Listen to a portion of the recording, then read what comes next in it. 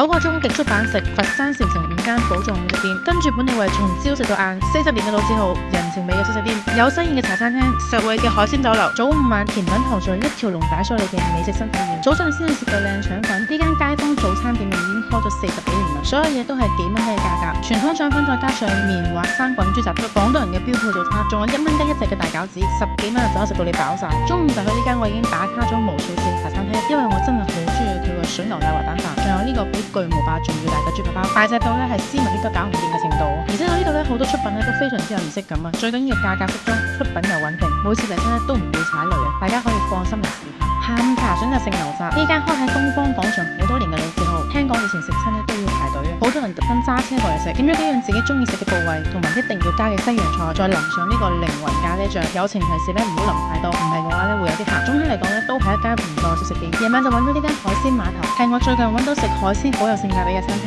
，3蚊雞咧就可以食到鮑魚蒸蛋，嚟到必點嘅金獎白胡椒蝦，仲有海膽多到滿瀉嘅炒飯。呢個胡椒蝦每次食親都兩味嘅，基本上每一樣都係精品，仲有一定要點啲魷魚餅，啖啖都係魷魚，口感非常紮實啊！屬於係一間咧好適合一家大細招呼朋友時候去改鮮餐廳。最後夜晚肯定要整翻個糖水啦，都話女人食糖水咧有第2個胃嘅，前面食咁多一啲都唔影響我整翻碗輝記燉蛋。每次嚟到咧無論幾點鐘依然都係咁多人，我覺得佢就係糖水界嘅薩莉亞，主打平價，屬於係街知巷聞嘅網紅店，嚟佛山一定要打卡嘅甜品。一日落嚟咧食到肚脹走啊！今日就到呢度，我哋下期再見。